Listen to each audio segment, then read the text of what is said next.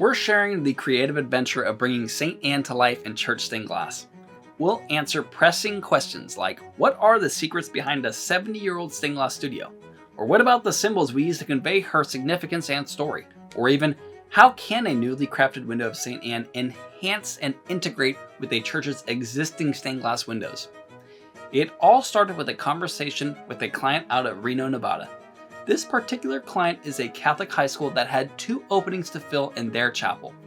A few of the parishioners were generous enough to provide the funds for such a project, so we got right to work. One of the selected subjects, as you could probably have guessed, was St. Anne, the grandmother of Jesus. She's also the mother of Mary, but this particular benefactor happened to be a grandmother, so we were sure to keep the grandmother title in mind. We started with the design phase, which doesn't exactly start with pencil or paper yet. We first do some background research on St. Anne. Throughout history, St. Anne has been a symbol of wisdom and nurturing. Traditionally, she's depicted as a mature woman teaching her young daughter, the Virgin Mary. This portrayal highlights her role in guiding Mary's spiritual upbringing. In our design, we wanted to honor this traditional representation while infusing modern elements. We included the symbol of a book signifying knowledge and education. This is for a school after all. Now, collaboration was key in this process. We met with church leaders and congregation members to gather their insights and expectations. With a clear understanding of the church's vision, we moved on to sketching and conceptualization. Our artists created preliminary sketches blending traditional iconography with unique elements reflective of the church's identity. Harmony with the sanctuary is crucial. We analyzed the styles, colors, and themes of the existing stained glass windows to ensure a seamless integration. By matching these elements, we created a cohesive visual flow that enhances the spiritual atmosphere and aesthetic unity of the space. Once the initial pencil was complete, we inked in the lines and moved on to adding color. The colors and style were heavily influenced by the existing windows for cohesiveness, like we talked about earlier. And here is the finished design. Now, it's just time to manifest it. Throughout the design process, glass colors were selected in order to best fit the church's existing windows. We stock over 900 glass types at all times, allowing us a pretty large palette to choose from, so the client can rest assured that their window won't be made from Hobby Lobby glass. We mostly choose cathedral glass, which is a transparent glass that lets in ample light. The textures on the glass diffuse the light enough where it's hard to see any distractions that may be going on outside of the church. Now that our design is finalized, it's time to bring it to life by translating it onto glass. We start by creating the full-size cutting patterns known as cartoons. And no, we're not drawing a picture of Tom and Jerry. The cartoons are the detailed drawings that serve as precise templates for each piece of glass we're going to be cutting. The accuracy of these layouts is crucial because even the slightest error can affect the entire image.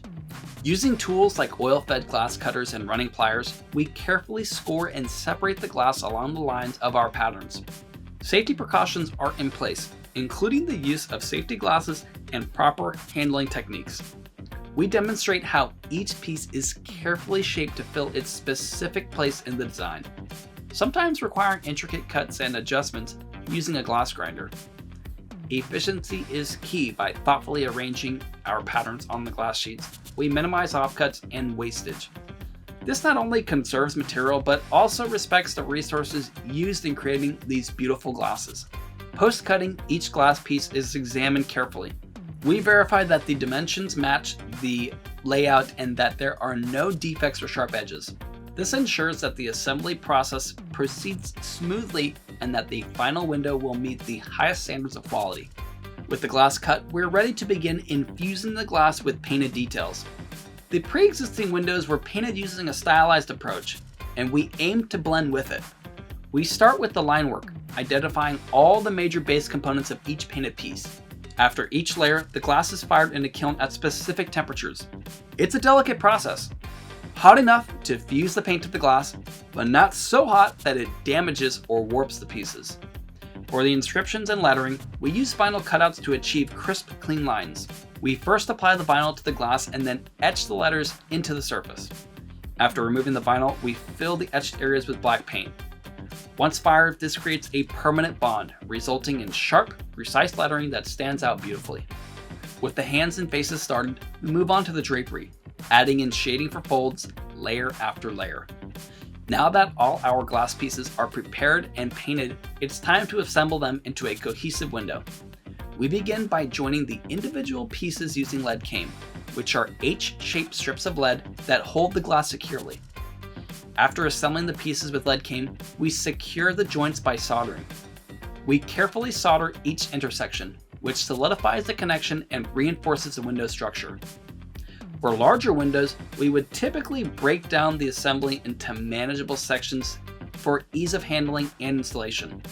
However, these windows are small enough to be assembled as a single panel. This allows for a seamless appearance and simplifies the installation process.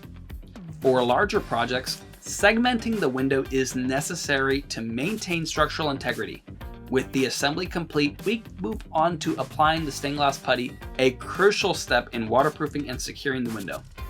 Using brushes, we work the putty into the spaces between the lead came and the glass, ensuring that every gap is filled. Then, we sprinkle whitening powder over the surface, which helps absorb excess oils and allows us to clean off any surplus putty.